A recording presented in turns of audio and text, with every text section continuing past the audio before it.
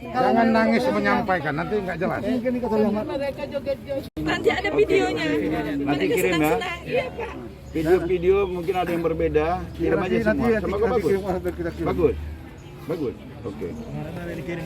Jadi sebagai tambahan, Pak Romo, Tanah pribadi ke tanah yang disiapkan oleh pemerintah.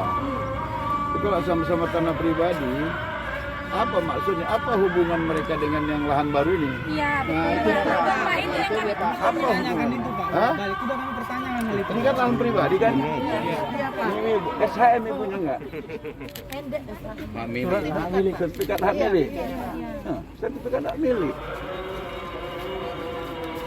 Sementara perdanya tidak melarang. Tidak ada larangan, tidak ada kesalahan.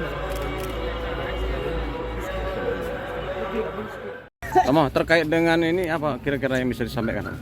Begini, tentang pasar ini kan ada perdanya, ya.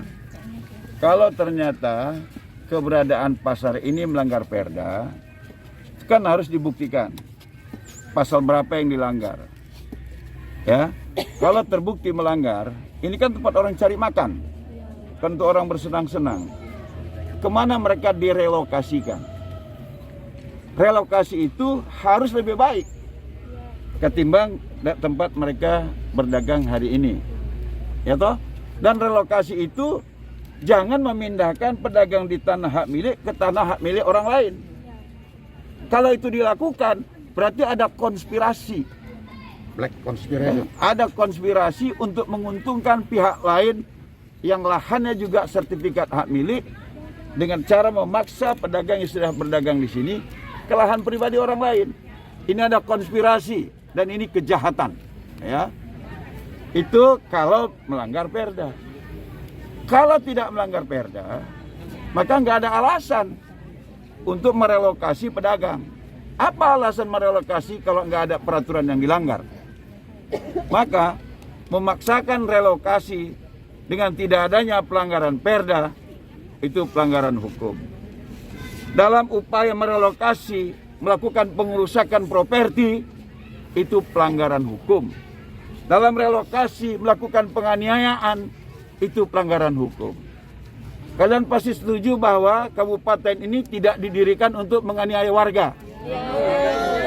Jadi penganiayaan itu berarti melanggar aturan-aturan dan komitmen dari pemerintah Kabupaten Serdang Bedagai. Kita menghimbau agar aparat penegak hukum, pemerintah sebagai pengayom harus melakukan tindakan sesuai dengan prosedur terhadap pelanggaran ini. Pihak-pihak yang melakukannya harus diberi hukuman yang setimpal. Kira-kira kalau dari Perda melanggar nggak ini Perda? Kalau untuk dari Perda tidak ada yang melanggar terkait dengan pasar Lilo. Makanya kemarin kita juga sudah memanggil pemerintah, asosiasi pedagang, tapi sampai hari ini pemerintah belum membuka ruang untuk bisa berdiskusi, mengambil solusi yang baik dan bijak. Makanya kita berharap dengan pendampingan dukungan dari Romo selaku anggota DPR Komisi 3 ini bisa memberikan hasil yang maksimal dan ini bisa memberikan kenyamanan bagi para pedagang kita terutama di Pekan Lilo ini. Romo, kalau misal terjadi seperti ini lagi, langkah-langkah orang Bapak gimana Pak? Saya akan mengambil langkah sebelum peristiwa itu. Ya, tapi itu tidak saya sarankan kepada pedagang. Pedagang ikuti aturan saja, nggak usah terprovokasi. Terima kasih Romo. Apalagi ada ini udah saatnya kalian membalas, nggak usah. Ya nggak usah membalas. Ya, kita tetap berjualan, ikuti aturan supaya pelanggaran itu jelas. Tapi kalau kalian melakukan satu perlawanan saja, maka mereka menjustifikasi pelanggaran semuanya. Itu gara-gara kalian melanggar hukum. Nah, itu yang harus kita hindari. Jadi jangan terprovokasi.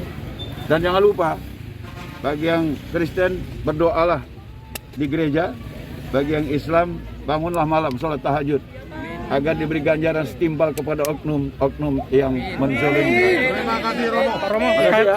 Pak Romo, satu lagi Pak Romo terkait Romo tentang apa Polres, apa yang harus dibuat oleh Polres Sergi. Ya Polres harus memproses ini. Ini kan tindak pidana.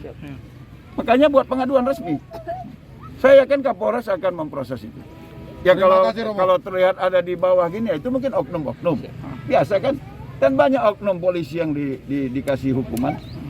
Banyak yang dikasih hukuman disiplin, banyak yang dikasih pemberhentian. Itu kan bisa terjadi. Jadi jangan kita kemudian menyamaratakan bahwa ini sikap Polres, bukan.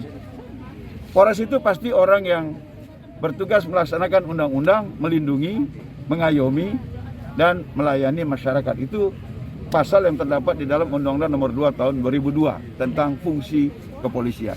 Jadi percayalah, lapor resmi kepada kepolisian, ya, tembusan kepada saya, insya Allah Pak Kapolres ini akan memproses itu. Oke, terkait kebrutalan oknum-oknum anggota Satpol PP itu bagaimana? Itu juga kan tindak pidana, laporkan ke polisi. Apalagi tahu namanya, lebih bagus. Tahu namanya, saya dianiaya oleh oknum ini, ada lagi rekamannya nih. Ini kan bisa diidentifikasi wajahnya. Ya? Terima kasih. Oke, siap.